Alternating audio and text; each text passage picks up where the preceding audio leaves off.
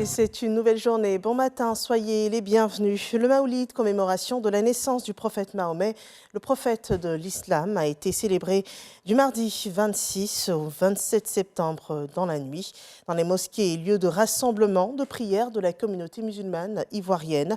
Les prêches étaient axés sur les enseignements du messager d'Allah pour l'équilibre et le bien-être de la famille. L'objectif étant de remettre la famille au centre de toutes les attentions et des bonnes intentions. À et Charles Tatou nous rapporte les temps de prière auxquels il a pu assister. On regarde.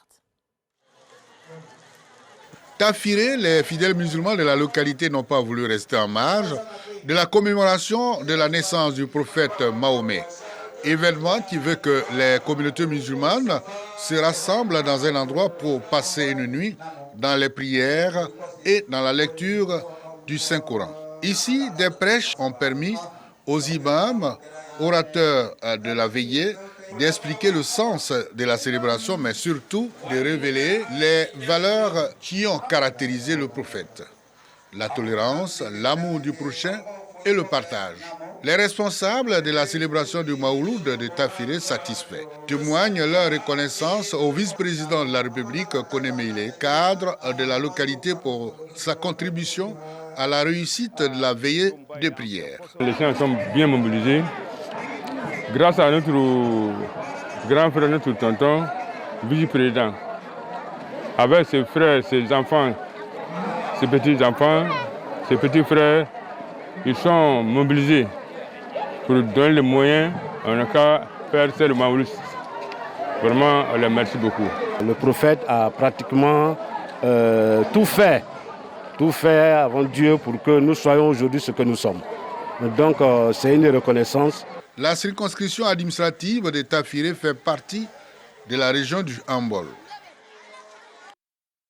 Le lendemain de cette nuit spirituelle déclarée fériée, une journée off passée en famille ou entre amis, ils étaient nombreux à faire le choix de visiter le pont Alassane Ouattara, ouvert spécialement aux piétons au cours de cette journée. Le point avec Khalil Diomandé et Kadi Koné. Déjà un mois d'ancienneté, mais le pont Alassane Ouattara suscite toujours autant d'admiration. Les visiteurs sont venus de toutes les communes d'Abidjan ce jour férié pour contempler de plus près la beauté de l'ouvrage. La veille, une note du ministère de l'Entretien et de l'Équipement routier indiquait la fermeture du site à la circulation afin de faciliter les visites. Je crois que c'est une bonne décision parce que les jours ordinaires, avec les véhicules qui circulent, il y a tous des risques d'accident. Mais ce n'est pas la première fois, ça se fait dans d'autres pays. Donc je pense que c'est une bonne initiative. Au moins les Ivoiriens pourront venir en toute quiétude visiter le pont. Je suis venue ici, dès que j'ai appris que le pont était ouvert, je me suis dit que ce serait une bonne occasion de me promener avec mon fils, avec ma famille, prendre l'air et puis profiter de la vue, surtout depuis le pont, c'est absolument magnifique. En amoureux, en famille ou entre amis, enfants et adultes, chacun vient se faire sa propre expérience. Téléphone en main, les visiteurs s'offrent des clichés à volonté. Nous venons sur la demande de mes mamans qui ont tenu vraiment à visiter, à marcher aussi sur le pont. On se croirait en France, On se croirait en France parce que vraiment derrière moi, c'est pas trop loin de la Tour Eiffel. Je suis venue et maman pour visiter le pont. Le pont est joli. Bravo à papa Ado. Nous sommes fiers de lui. Le pont à Auban s'est aujourd'hui érigé en un véritable lieu touristique. Il accueille ce jour des personnes venues des villes de l'intérieur, mais aussi des pays de l'étranger. En tout cas, je viens de Tabou, je n'avais jamais vu, mais quand je suis venu, j'ai passé pour visiter. En tout cas, c'était propre, bien fait, tout et tout. Je suis content pour tout ce que le président fait pour le pays. Moi, je suis en vacances à Abidjan parce que ma femme est ivoirienne. Nous avons profité, n'est-ce pas, pour venir visiter ce pont, ce chef-d'œuvre. Honnêtement, je remercie beaucoup le gouvernement ivoirien avec le chef de file, le président Alassane Ouattara, n'est-ce pas, pour avoir pensé à donner ce cadeau, ce chef-d'œuvre, n'est-ce pas, à la population ivoirienne.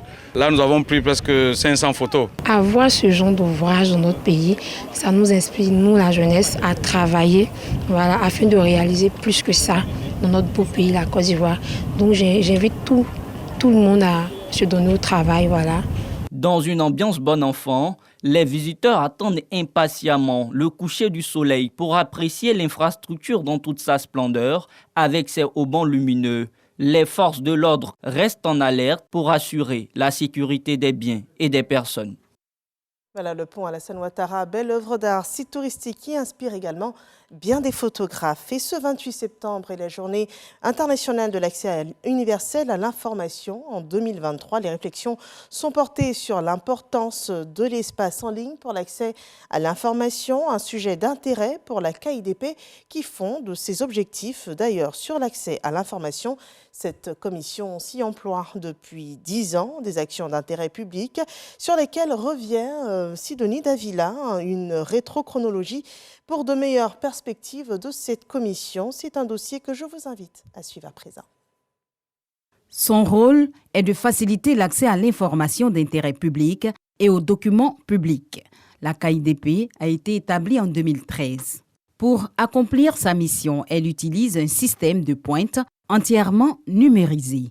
La vision du président est de procéder à la digitalisation du processus d'accès à l'information, à savoir la collecte, la conservation et la diffusion des informations et documents détenus par les administrations. Concrètement, cette activité va consister à parcourir l'ensemble des sites web des organismes publics afin d'en évaluer le contenu pour le citoyen, le tout sur la base d'un document que nous appelons la typologie des documents à diffuser de façon proactive. Face aux défis divers qui s'imposent à elle, la Commission d'accès à l'information d'intérêt public et aux documents publics reste cependant déterminée à améliorer l'accès à l'information pour tous les citoyens avec une procédure de plus en plus simple, surtout efficace. La première chose, c'est d'identifier la personne au sein de l'administration qui va recevoir, qui va traiter et qui va répondre à la demande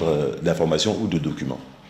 Une fois cette personne identifiée, on va adresser à son attention une requête écrite en français dans laquelle on va décliner notre identité, notre qualité et on va préciser le plus possible le document ou l'information que l'on souhaite obtenir.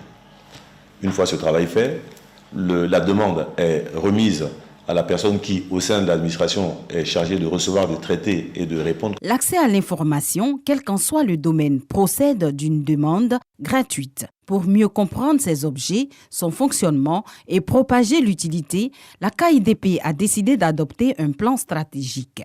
La mise en place de ce plan est rigoureusement stimulée par la nette vision de son président. La vision du président de la KIDP s'inscrit un peu dans les différents engagements pris par l'État de Côte d'Ivoire. Donc, conformément à l'engagement de l'État de Côte d'Ivoire aux objectifs de développement durable, ODD, à travers notamment l'indicateur 1610 qui garantit l'accès public à l'information. L'engagement de l'État également de Côte d'Ivoire au programme MCC à travers l'indicateur Liberté de l'information qui mesure l'engagement de l'État à faciliter le flux d'informations dans la société. Retenons que le 28 septembre est proclamée Journée internationale de l'accès universel à l'information. À l'occasion, la Commission fait l'inventaire de ses actions. La KIDP organise chaque année plusieurs activités de sensibilisation, de formation des acteurs publics, de la société civile et de tous les citoyens, diverses activités pour faire connaître la loi et la commission. Donc, nous avons des formations qui sont des formations types et ciblées pour les responsables des administrations. Les progrès accomplis par la KIDP sont notables.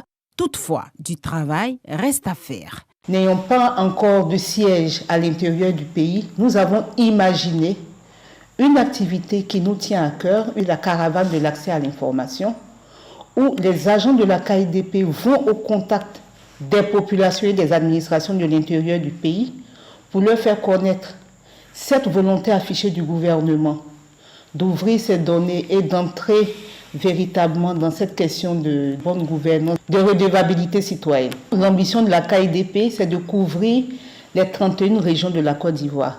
Cette année 2023, Nous allons couvrir 4 régions. L'accès à l'information est un pilier essentiel de la transparence gouvernementale.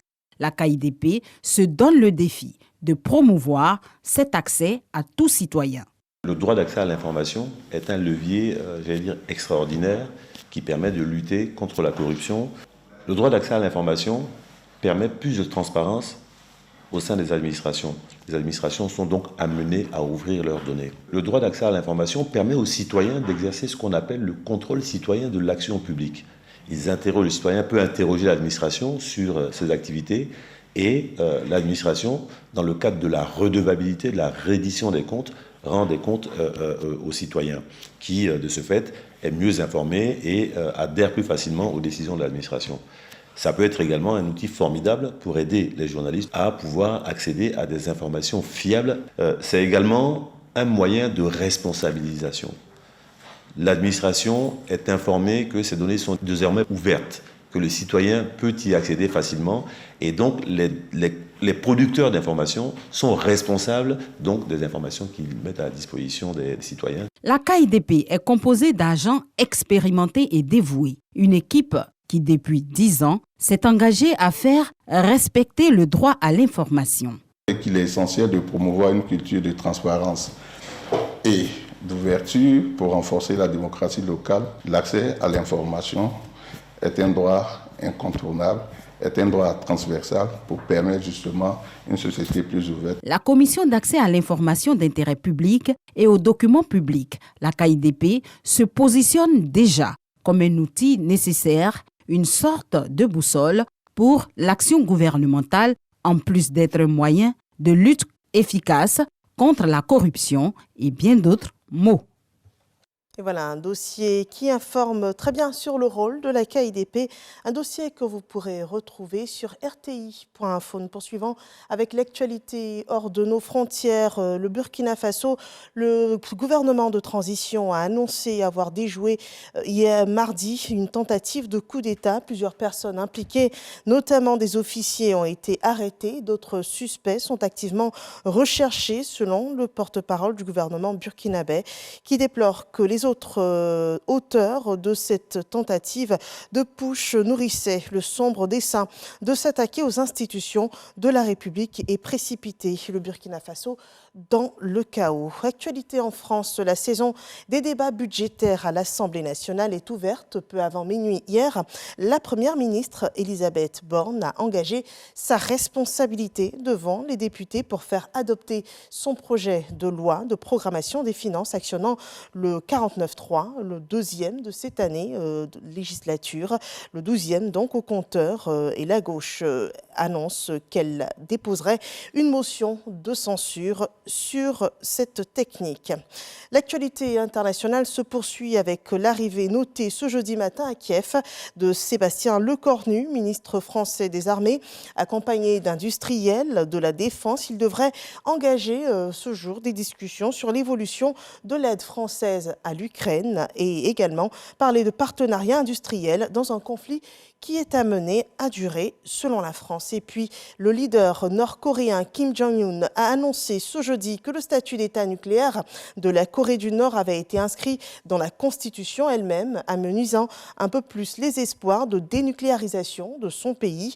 Il a également accusé Washington, Séoul et Tokyo d'avoir formé une alliance militaire triangulaire qui a finalement abouti à l'émergence d'une vision asiatique de l'OTAN.